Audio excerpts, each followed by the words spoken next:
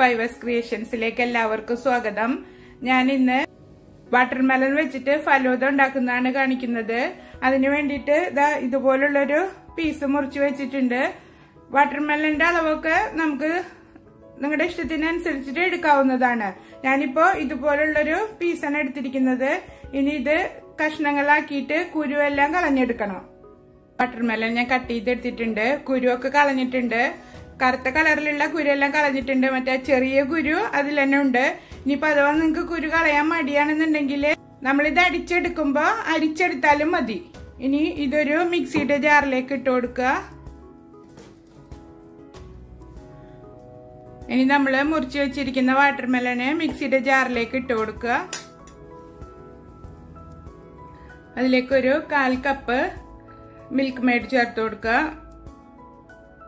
അല്പം പാല്, ഒരു 1/2 കപ്പ് പാല് ഒഴിച്ചു കൊടുക്കുക. എന്നിട്ട് ഇത് നന്നായി അരച്ചെടുക്കാം. നന്നായി അടിച്ചെടുത്തിട്ടുണ്ട്. ഇനി ഇതൊരു ബൗളിലേക്ക് ഒഴിച്ചു കൊടുക്കാം.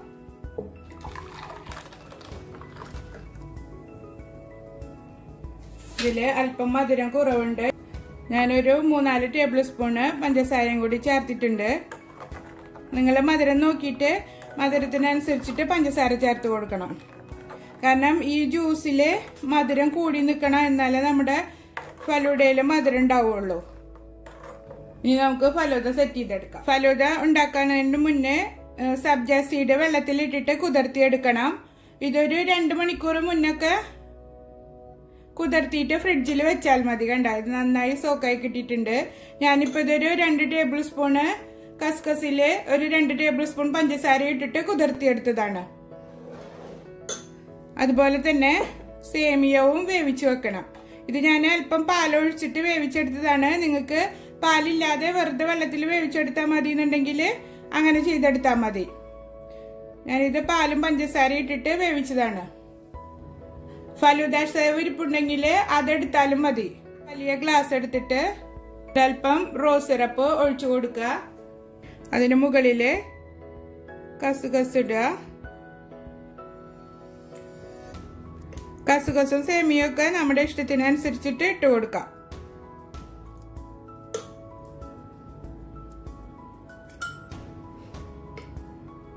ഞാനൊരു 3 ടേബിൾ സ്പൂണ് സേമിയ ഇട്ട് കൊടുത്തിട്ടുണ്ട്. ഒരു 2-3 ടേബിൾ സ്പൂണ് വാട്ടർമെലൺ ചെറുതാക്കി കട്ട് ചെയ്തത് ഇട്ട് കൊടുക്കുക. അതിന് മുകളിലേക്ക് നമ്മൾ അടിച്ചു വെച്ചിരിക്കുന്ന ഈ വാട്ടർമെലൺ ജ്യൂസ് ഇതിന് മുകളിൽ ഒഴിച്ചു കൊടുക്കുക.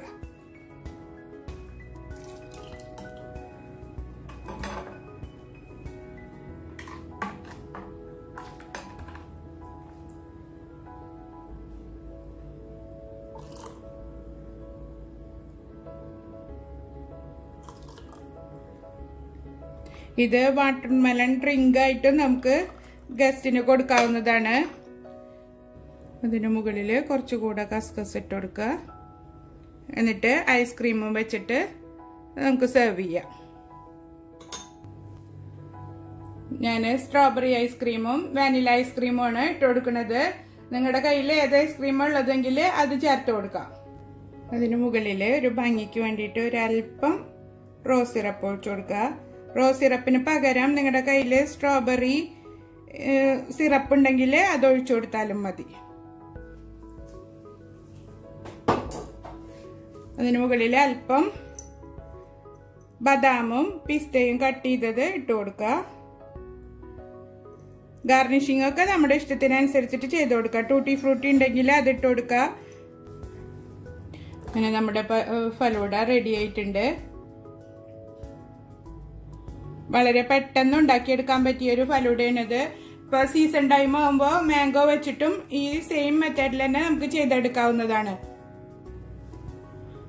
നമുക്ക് സെപ്പറേറ്റ് ഗ്ലാസുകളിലും സെറ്റ് ചെയ്തെടുക്കാം, അല്ലെങ്കിൽ ഒരുമിച്ച് സെറ്റ് ചെയ്ത് വെച്ചിട്ട് ഗ്ലാസുകളിൽ ഒഴിച്ചിട്ട് ഐസ്ക്രീം ഇട്ട് സെർവ് ചെയ്താലും മതി.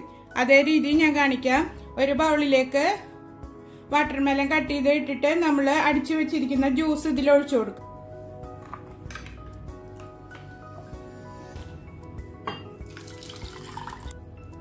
ആവശ്യാനുസരണം കസ്കസ് ഇട്ട് കൊടുക്കുക. സേമിയ ഇട്ട് കൊടുക്കുക.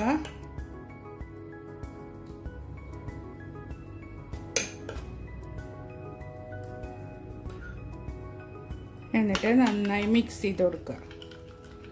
റവയും സേമിയവും കസുകസും ജ്യൂസും എല്ലാം കൂടെ മിക്സായി വരും. എന്നിട്ട് ഇത് ഗ്ലാസ്സിൽ ഒഴിച്ചിട്ട് അതിന്റെ മുകളിൽ ഐസ്ക്രീം ഇട്ടിട്ട് സെർവ് ചെയ്താലും മതി. ഈ രീതിയിൽ നമുക്ക് ചെയ്തു വയ്ക്കാവുന്നതാണ്.